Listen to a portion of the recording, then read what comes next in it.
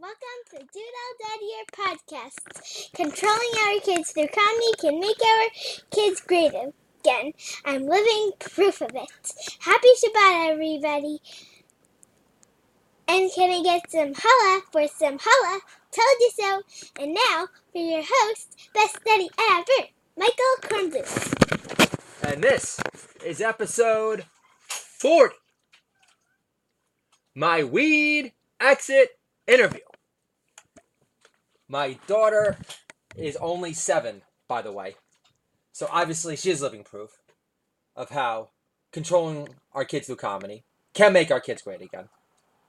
She was phenomenal. As usual, my daughter constantly overshadows me. But I don't care. We did work out that routine prior. I hate to ruin all the magic from the get-go, but she does have superior comedic instincts to Daddy. That's for sure. For example, when she was only 4, she had stepped in this pink Disney ukulele guitar, and I reprimanded her immediately. I said, "Matilda, you don't step on a guitar ever." And my daughter says, "But Jimmy played with his teeth." So, again, she has a gift for one-liners. And, for example, yesterday, we are walking towards the library in Pleasantville, our old stomping ground. And she was talking about, my daughter was talking about how I plan more fun-filled activities, and that when she's with mommy, it's usually the activity is they have to organize and organize their toys, and then my daughter's exact line was, "Oh, really, mommy? I have to organize my toys again? I better off dead, or I'd rather die," or something like that. You see, I am totally butchering my daughter's Gemry over here, but once again, just to repeat, this is episode 40, my weed exit interview. If Child Services were to test me for marijuana today, I would come out clean. So I don't really have to worry about this episode being incriminating evidence. But again, this is episode 40, my weed exit interview. But I just put in my 2 weeks notice, so technically. However, there are many reasons why I've decided to take an extended break from marijuana. But one of the first reasons was because, my daughter, that just gave that amazing intro for the Doodle Daddy podcast, is that, I had to stop smoking weed because, my daughter would ask these, super intense questions on it that took me forever to respond to. For example, one time, my daughter asked this question. She says, "Daddy, if God created the universe, then who created God?" And 5 hours later, I came up with, God went back in time in a time machine made by Elon Musk. And then my daughter replies, "Real convincing, Dad. Thanks for making me an atheist at 4. So that's one of the reasons. My super delayed response time when it comes to being able to keep up with my daughter, whose brain is already far evolved mine. So that's definitely one reason. But let's get into the actual nitty gritty of this weed exit interview. I just finished reading a book by Jack Kerouac. It actually wasn't a book by Jack Kerouac. It was really cool. It was a book that I got in Woodstock, and it summarized all of these babies or influences that he was responsible for shaping. For example, there's a chapter on Tom Waits and Janis Joplin and Van Morrison. And all of these interviews revealed how they were influenced and shaped by his writing. There was a section on Bruce Springsteen. It was really awesome. And so in the interview, why am I talking about Jack Kerouac? I was talking about influences. Oh, this was it. So it turns out that Jim Morrison, my son, for those of you just tuning in to the Do It All Dad Year podcast for the first time, dad-friendly entertainment for you and me. I have two sons. Matilda Rose Cornwell did that amazing opener. But my other two sons, we've got Samuel Teddy Cornbluth. He's my third. But my second, his name is Arthur Morrison Cornbluth. Which is really funny about Arthur is that before he was born, my firstborn Matilda, she was already feeling intimidated by his surging mojo, because I'm hanging out with my wife, and I said, "Hey, babe, I got the perfect nickname for Arthur when he's born. We're going to call him the Art Show." And then my daughter, who was 2 at the time, Enter Jackson, says, "No, it's my show." So like I said already, she could sense Arthur's mojo rising. Got to keep on riding. Again, I wanted to make sure that my daughter showed off her vocal variety and sang as much as humanly possible to make up for her daddy's horrendous voice.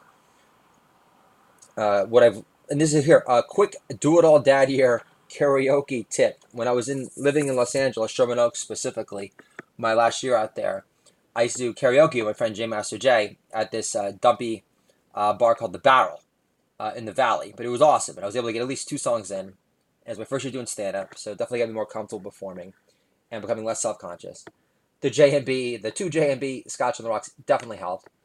And I noticed that there are certain songs that you just have no business singing, but you only learn that by actually doing it. And in my case, I learned Angel by Aerosmith, totally off the list, and Only God Knows Why, super off the list.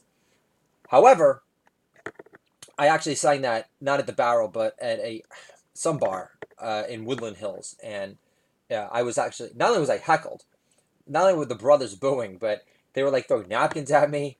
But again, what doesn't kill you makes you stronger, and I certainly had no business trying to be a wannabe Kid Rock. So not the end of the world.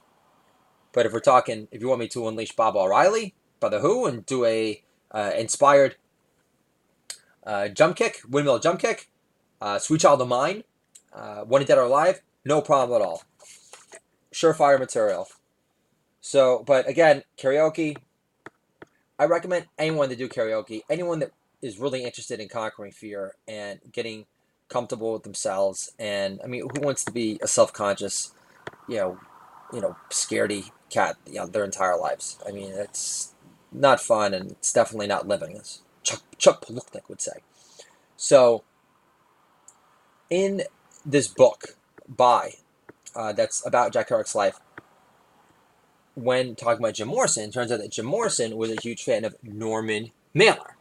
And I mentioned him before in the podcast, Norman Mailer, the man of letters. He was a journalist for the Village Voice, found the Village Voice. Pretty sure he won a Pulitzer. He wrote a bunch of books. He was a novelist. Wasn't really known for his funny Jawbone, but, he was a badass.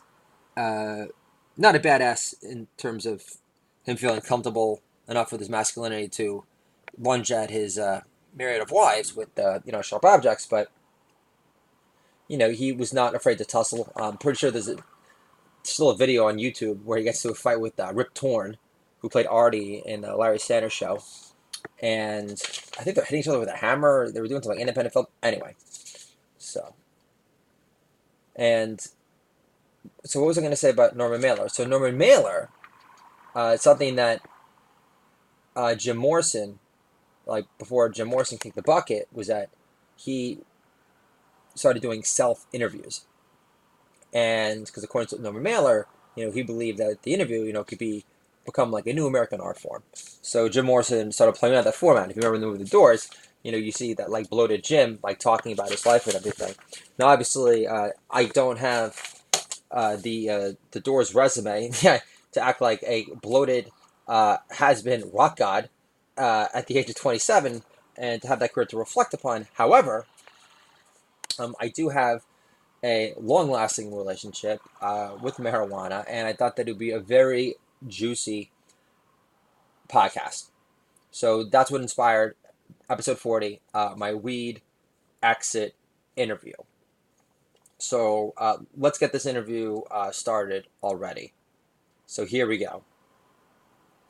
Why am I quitting my role as an unemployed comedian slash pothead father of three? I'm quitting because I am more hungry for success than ever before, and I know for a fact that if I'm going to become this, big time, speaker on the TED speaker circuit in regard to controlling your kids through comedy, if I'm going to put together a workshop, all of my A-list material from this podcast in the form of an actual record called Resist This, ganja cannot be in my system at all whatsoever because it's going to slow down my reflexes and it will dull my emotions and it will be a way of ensuring that I'm not doing everything in my power to make my dreams come true. And what's that dream? The dream is to prove that I could be a professional funny man and that I got the balls to do it and that I, at 42, and especially after becoming a father of three and being a stay-at-home dad for almost 3 years now, that knowing that I have more than enough ideas about what it means to be a good parent today. And, I hate when I hear this line, when I hear, well, stand-up comedy is a young man's game. True, to a certain degree, but, when it's all said and done, George Carlin, as far as I'm concerned, really got more interesting, as he got older and acquired more wisdom. And, I'm trying to think of other examples. Red Fox, Andrew Dice Clay. I saw his new act, in Arizona not too long ago, and he had really real life like juicy marriage material. I was talking about the internet today and porn on the internet, and it was different and it sounded modern and it sounded like Dice was his material had evolved and grown with the times and it's a muscle. It's what I always tell my kids. So any muscle is going to get stronger and tighter the more you exercise it, and that's why Chevy Chase turned into a flabby cocaine addled has been sooner than later because he stopped writing and he began movie star and he got soft and that's what happens. So I don't really buy into that concept that it's just a young person's game. And I believe, like Patrice O'Neal, for example, God bless Patrice O'Neal, Nick DiPaolo, Jim Norton, all these, Doug Stanhope, all these guys, continue to evolve. Bill Burr. There's no way you can't say these, Ricky Gervais, you can't say that these guys aren't funnier now than they were back then. And why are they funnier? Well, unlike, certain musicians, that, tend to suffer from like the sophomore curse, is that, these comedians, they're still not reliant. They're not like musicians where they get us like reliant hits. They live to create new hours and new material. That means being vulnerable and exposing yourself and throwing your ego out there and going for it and performing with the intent to kill. And that's what I want to do. So why am I quitting my role as unemployed community slash pothead father 3? Because I don't want to be a loser. And while I was using the ganj as a way to unwind, it's certainly not the responsible move. That's for sure. And again, I did a prior podcast talking about raising my kids on speed. I was talking about Adderall, and I want to give my kids the best version of me. And as brutal as it is to admit, we're talking more than like 20 years. I've really only had 2 months would probably be the most amount of time where I've ever been without anything. Weed, alcohol, Adderall, you name it. So I definitely owe it to myself. I read this great line, I think it was by Plato, where he says, or Socrates, where he says, you owe it to yourself, to find out, how far like you could push yourself like physically, but like I definitely like agree about that applying to me like mentally as well. Now, was I always able to, get into a funny flow on ganja? Sure. But, that's just like recreational hanging out. I for some time have worked my ass off to be a, professional, funny man who is respected for his imagination and originality and salesmanship, as far as someone that sells his funny ideas, someone that can be a really great storyteller, and weed.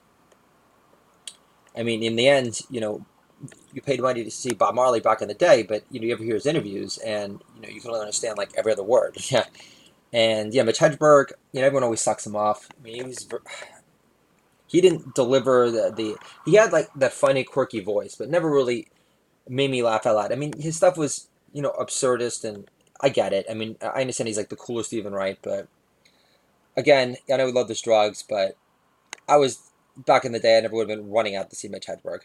So I mean, really, like that. What's his name? David Tell has that one bit. It was like, who are the great pothead writers? And you got Joe Rogan. I like Joe Rogan, but I'm not. Again, I like who he interviews on the show. I think because it's a really uh, wide variety, and I like the tone of the show. He's definitely articulate. He's definitely sweet natured, and what he did as far as standing up to Carlos Mencia. He was a bully joke thief. It was beautiful. So God bless Rogan for that. But Bill Hicks' best stuff, like in Arizona Bay, was when he was sober. Dennis Leary's been sober for some time, and Rescue Me was fantastic. Larry Sanders Show. From what I know, Gary Shandling, was never a functional pothead, and that's really what it comes down to. Why am I quitting my role as an unemployed comedian / pothead father 3? Because I'm obviously not this all-star functional pothead. I tried. I had got access to a new guy, a new dealer. It was the best stuff ever. And in the past, I never wrote on it. It was always a reward. I one time, and a former friend, he goes, I've never been so self-motivated because I've been fired for more jobs than a Palestinian slingshot. Comedic exaggeration, but I mean, I'm 42, ever since I was 23, ever since my ex-girlfriend, Erica Loberg, who had pushed me to start writing TV spec scripts with her, which all spec scripts are sample episodes of TV shows that are already airing. So I started writing Curb Your Enthusiasm at a very young age, and then I moved on to, I did a Friends, because I used to watch it with my girlfriend at the time, which I guess was exposing my latent homosexuality. And then after that, I wrote an Always Sunny in Philadelphia, a couple of Family Guys, American Dad, almost got me this paid fellowship at Nickelodeon. And so, the weed was always a reward. And that's, it's good to have rewards. But, I'm 3 kids in, and do it all dad over here needs to find new rewards to celebrate his writing accomplishments. I've written some pilots. I wrote a pilot called Mike Mates about unlikely pairing of 2 shock jocks, if you will, that Margaret Cho had complimented, gave us so funny not to. But in the end, my 3 children are not surviving off of compliments from comedians that won't even meet me face to face. So it's great to get a compliment from a comedian like a Richard Lewis or a Nick DiPaolo. It's great that I would even call them peers because I'm not working in that realm. Yeah, I've never been paid to do stand up. I've been paid to write for TV twice for VH1 and VH1 Classic. But so compliments are great, people, but and they're good for encouragement. I love that story by Joan Rivers where she says she was bombing for like weeks on end. And then Lenny Bruce said, "You're right and they're wrong." I love that. So you could really say, Joan and Lenny, that I'm quitting my role as an unemployed comedian / pothead father 3 is because I want to prove to my parents and myself and to, alleged friends from high school and my wife to a large extent that I'm not a delusional hack and that I'm not a loser pothead dependent, and that I was born and put on this world to shine and rise above doubt and conquer fear of looking stupid. So, and we'll all admit here, folks, is that when you do smoke marijuana, that you know if it's not really good stuff, it can make you feel pretty dumb. And for me to think that I'm Neil Young over here, and that my brain is above or is immune to weed foggage is complete insanity. Yeah. And if I look at my Twitter stats from times where I've abstained from the ganj versus other times where I've just smoked recreationally, my Twitter output in terms of jokes that I wrote and stats in relation to retweets and likes and just general output in general regarding actual production numbers, it's like twice as much. So I definitely really glad that I became in love with Trump at the time that I did because I started following some lifelong Republicans, and I don't endorse everything that lifelong Republicans stand for, but the one thing that I do endorse is, as far as if I were to articulate the difference between the Republicans and the Democrats that they stand for today, I believe that what the Republicans stand for is self-reliance and self-sufficiency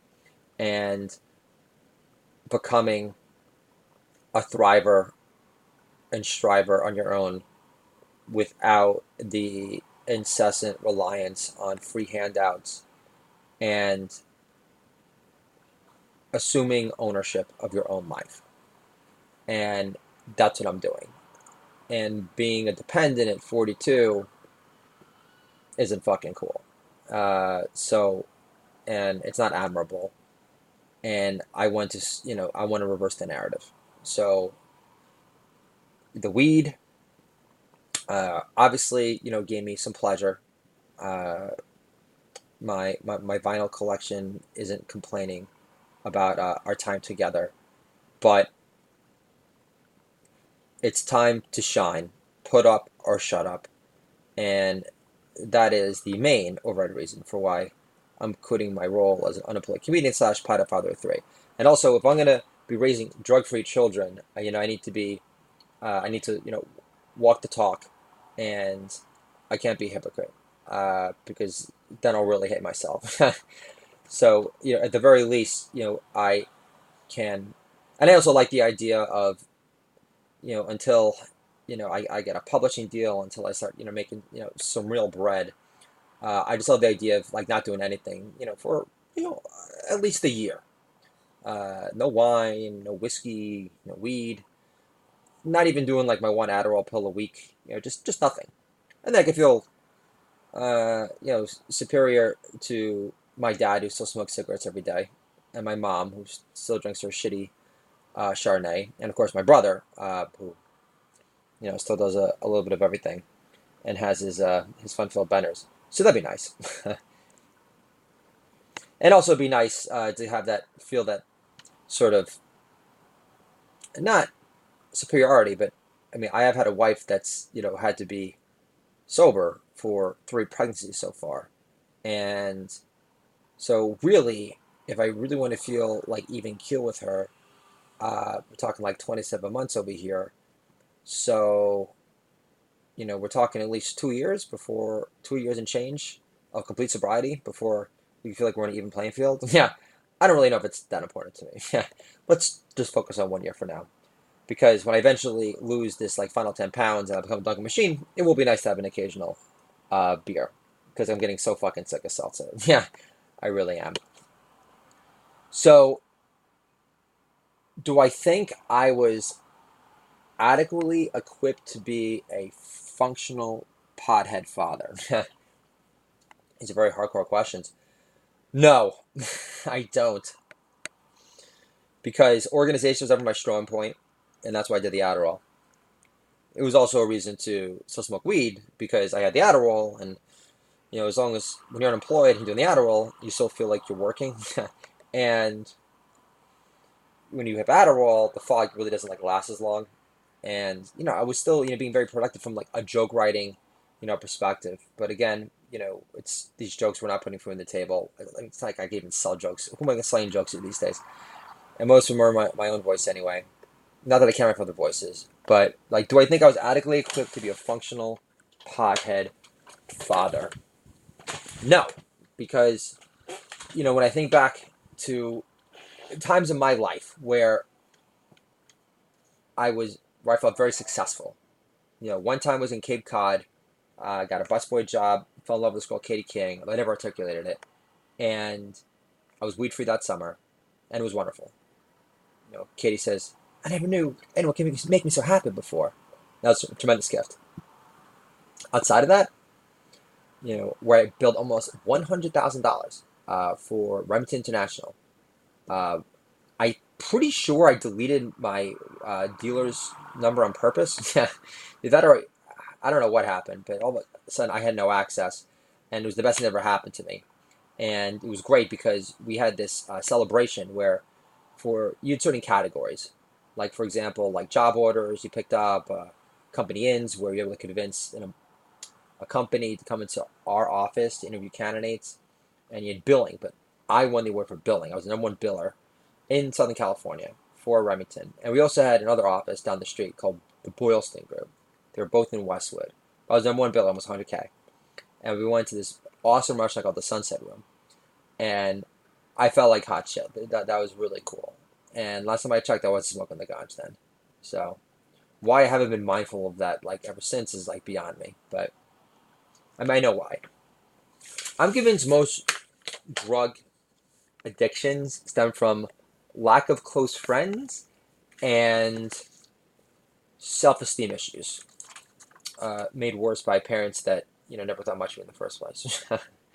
So I truly believe most. I remember I had an old roommate, Dan. He's like, I get why you smoke so much pot because you don't have any friends.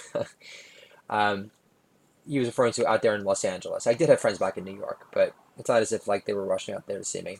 My friend Bujo did visit me, and we had a great time. But we haven't talked in a long time because he's working for Condé Nast now. And I saw a job. It was for like GQ, but this is before they decided to give fake news pro Colin Kaepernick Man of the Year. So I was interested in some writing position, and I provided an introduction to him before for a guy that I know, Paul Stonick, who was working at Barclays at the time. And I've always considered Michael a close friend. He was a groomsman at my wedding, and he helped pick up a suit for my friend Jay that was left behind. He's always been there for me. He's got 3 kids. Really good guy. Great laughs. Read all my stuff. When I was writing Yelp reviews, he's very encouraging. And we haven't talked in a long time. I would like to make that relationship right again. Because, he's been a good friend. I can't complain. We had a good time seeing Roger Waters at the Garden. That was awesome. It was a nice hookup after he read a blog of mine where I motored about the first time I saw that concert, which was actually my first show at the Garden. So you definitely know it's a very great show at the Garden when the line for the bathroom basically like goes around MSG because no one dares to miss a lyric a verse by the great Roger Waters from The Wall. That was an unbelievable show. It really was. So Michael Boudreau, if you're listening, I love you, pal. And I love all of our memories together. And I love that you're a father of 3. And I love that, you were, blessed with the opportunity of fatherhood. I love the fact that you're able to drive your father's old Corvette and that you're able to still have him in your life and, always have that, loving presence, with you that you're able to share with your children. I think it's a beautiful thing. So hope you're doing some awesome vacation for the last week of August here with your kids, enjoying your awesome reworked vet as much as humanly possible. So, what was my relationship with weed like? Well, I think I pretty much just explained it there, folks. What was my relationship with weed like? So with weed, I remember that I have this friend Jones. He goes, "Dude, you're just really bad at being a pothead." He's friend like how I was packing a bowl or something, and so I've always had a lot of friends that have said that. Like this old friend Ted, we used to do headhunting together. He was like, "Why are you smoking pot?" Like he would notice that like I'd get a little dumb on it and I'd be a little bit slower, and he had a high opinion on me. That I had talent. We saw each other recently. I had a good set in the city. Hadn't really been performing regularly. We had a nice drink afterwards. He's divorced now, but he's living in Manhattan, and pretty much he thinks working like document uh, sales, but we had a very strong connection. So I think of Ted right now. I think of my relationship with weed, and again, I mean, it's really been that. I mean, as pathetic as it sounds, it's been that reliable friend, that has been able to give me joy, and it's been a nice escape.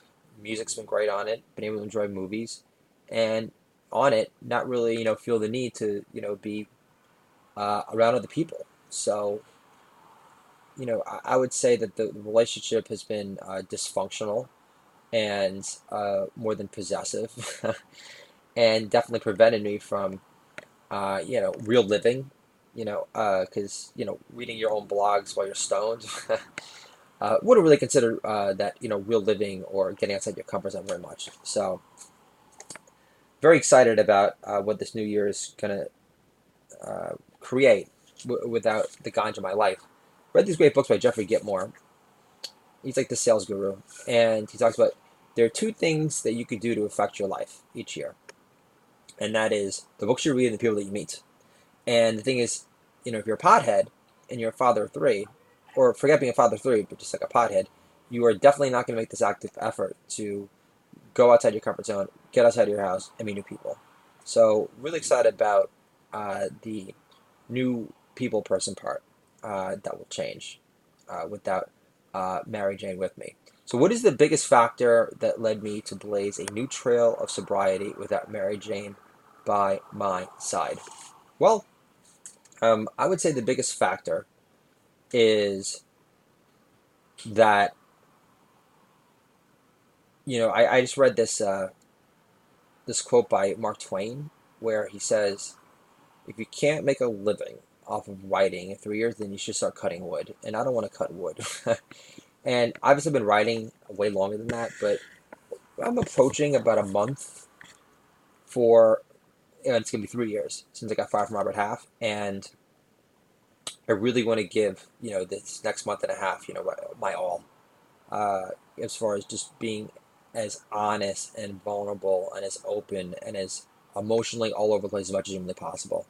Not being afraid of sounding stupid or not funny, and also allowing my imagination to go nuts a little bit and not just be obsessed about talking the truth and proving my ideas right and pointing out wrongness.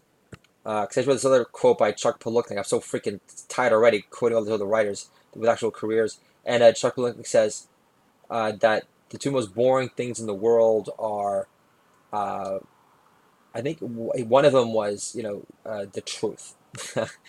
So I forgot what the other one was, but I'm like, oh, that got me thinking. And I don't know why I've always been obsessed with the truth. Maybe because I feel like I've been bullshitted my entire life, especially from my parents. Uh, I really revere you, Scoop, says my mother. I worship every fiber of your being. The then why have you never told Jonathan to just dig ditches for a living and just do anything? During one of my stints in between jobs, Mom. It's a rhetorical question. You don't have to answer that. So, what did I like most about weed? What I like most about weed.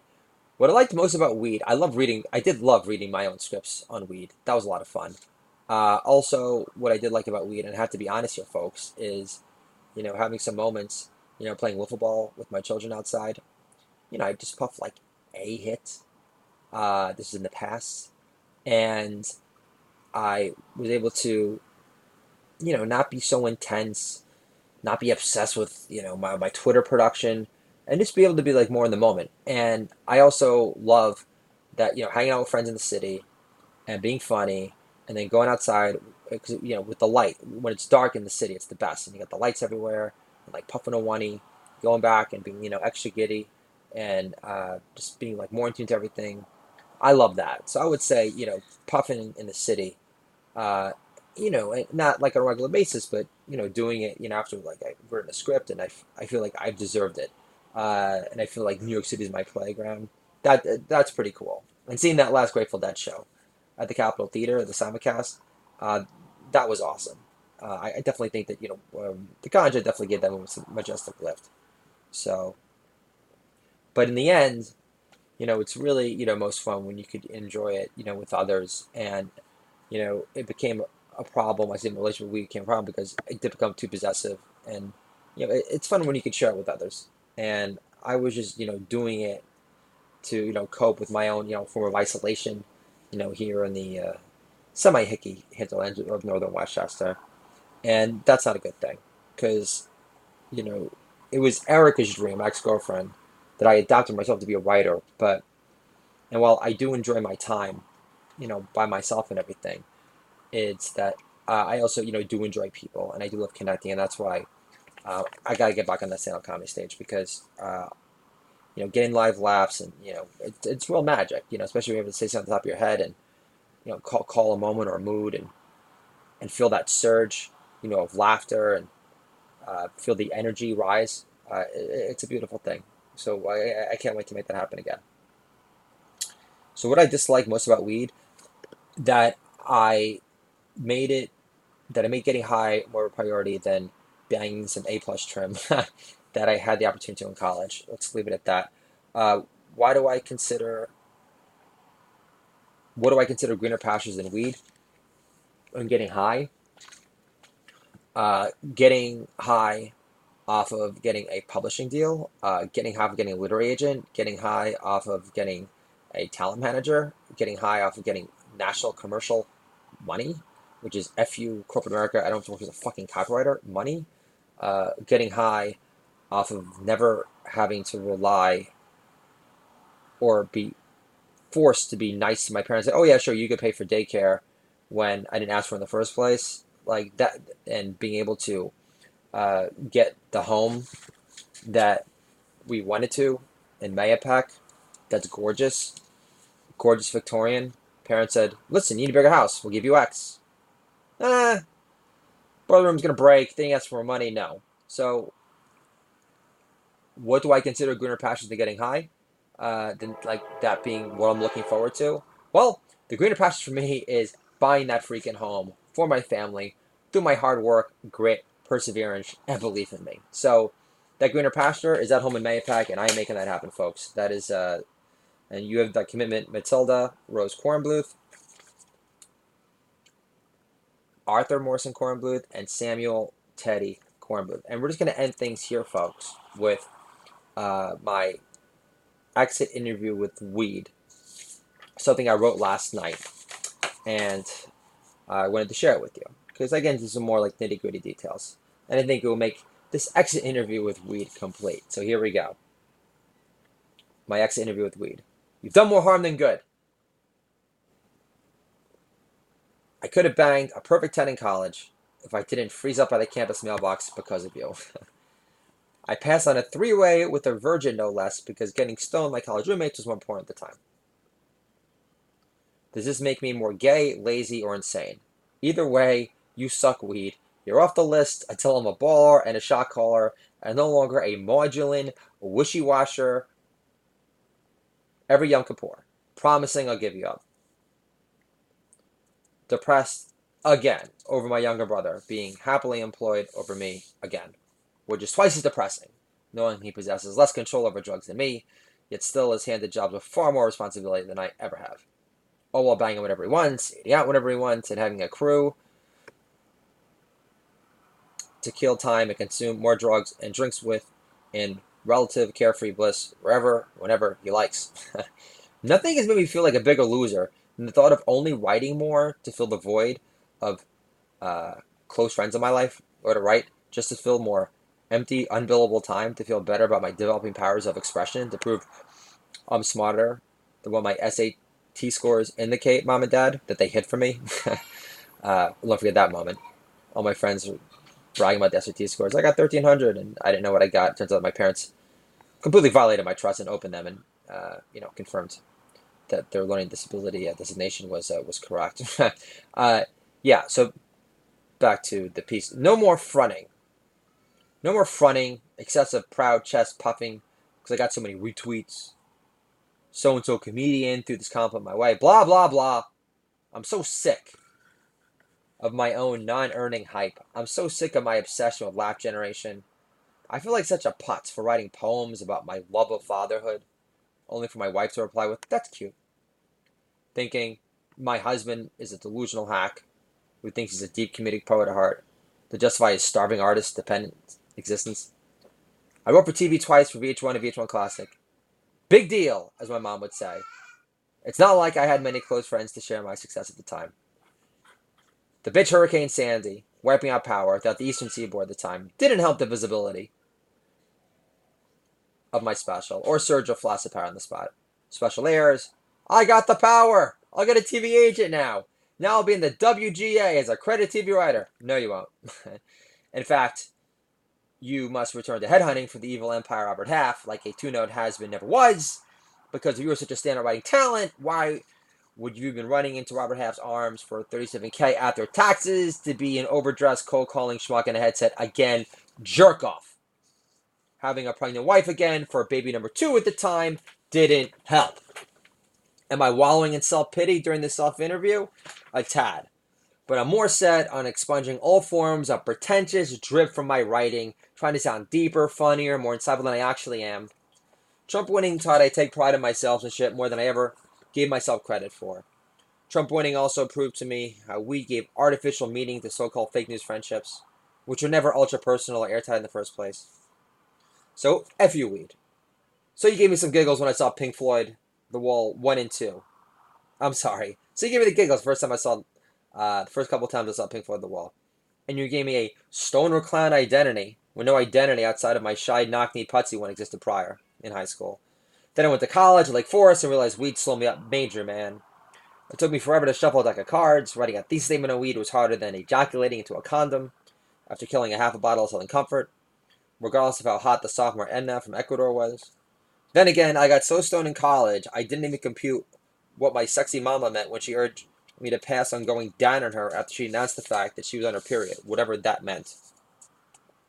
This was after I had struggled to put a condom on to no avail. I couldn't have been a more resounding, stupid fuck failure at losing my virginity with a bigger-breasted, pierced rocket queen if I tried.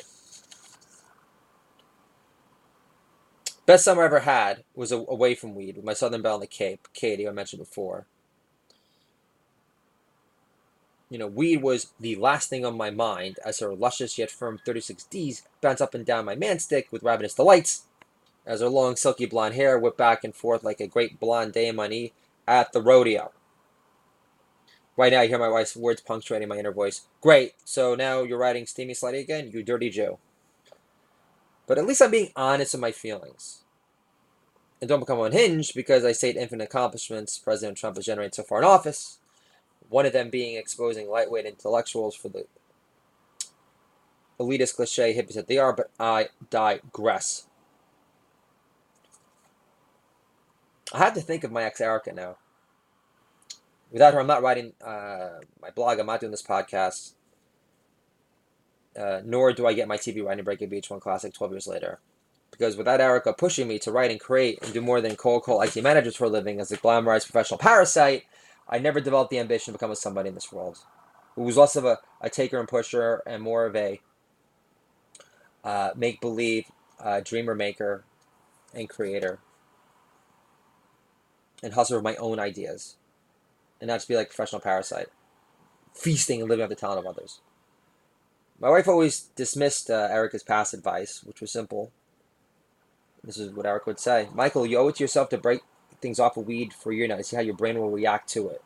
You could be a major voice for your generation. This is before Lena Dunham made that declaration. But you'll never know if you don't try. Plus, you must read more fiction if you want to be a professional writer on TV. Non-fiction bios on CA agency don't count. So again, I can't say that every moment on the weed was a complete bummer. Plus, technically speaking, my first word, Matilda Singing Rose, Cornwood was conceived on some powerful puff la sativa in the cornfield outside of Cooperstown with dead tunes from our Stoner Philly teacher caravan next to us blowing through the air. And I do call Matilda my true American beauty because she was conceived during 4th of July weekend. It was a Grateful Dead further show, and it was outside of Cooperstown, so that'd be the trifecta in terms of patriotic Americana in the air, working in our favor. And also, for weed, it did help me get out of my head in high school, made me more aware, possessing the ability to be funnier than most on a semi-consistent basis, when relaxed and not trying to act smarter, more sophisticated than I actually am. And the ganja, again, was nice motivation to, get those scripts done, which eventually did make me a recommended writer on TVWriter.com for my 30 Rock, which made me feel like I belonged and that it was a nice reward for my faith in me. But again, writing for TV was Erica's dream. I doubt for myself. Now I'm over trying to impress comedic biggies like the Nick DePaul's world through my scripts or sharing videos of Richard Lewis on YouTube. I'm done. Been there, done that. Plus, I'm over the idea of happiness being achieved by working in a writer's room will bore me to death. At least most of them will. I have to form a one-man show now from my 40 Do It All Dead Year podcast episodes and counting. I must workshop this material. I'm sitting on top of make or break me gold mine stuff. My sanity, marriage, and true measure of manhood rides on it. Real living is on the other side of fear, like Eleanor Roosevelt said. And the Queen Butterface would know, considering how much time she's been in public without a Burke on. I'm a killer. Winning will solve everything. Do it. And this is the Do It All Dad Year podcast. Dad-friendly entertainment for you and me. Controlling our kids through comedy. Can make our kids great again. And I can't wait to get that Dream Home in Mahopac for you all because you deserve it. And I want to extend this time with you. I don't want to avoid you guys for 14-hour days at some job I'm going to hate. I'm going to make it entertainment, and I'm going to reward your belief in me. I love you three. You make me want to be the best man possible, and I plan on proving it to you. So we could all enjoy the fruits of my labor. But doing it for you guys is the purest labor of love a man could pursue. Talk to you guys soon.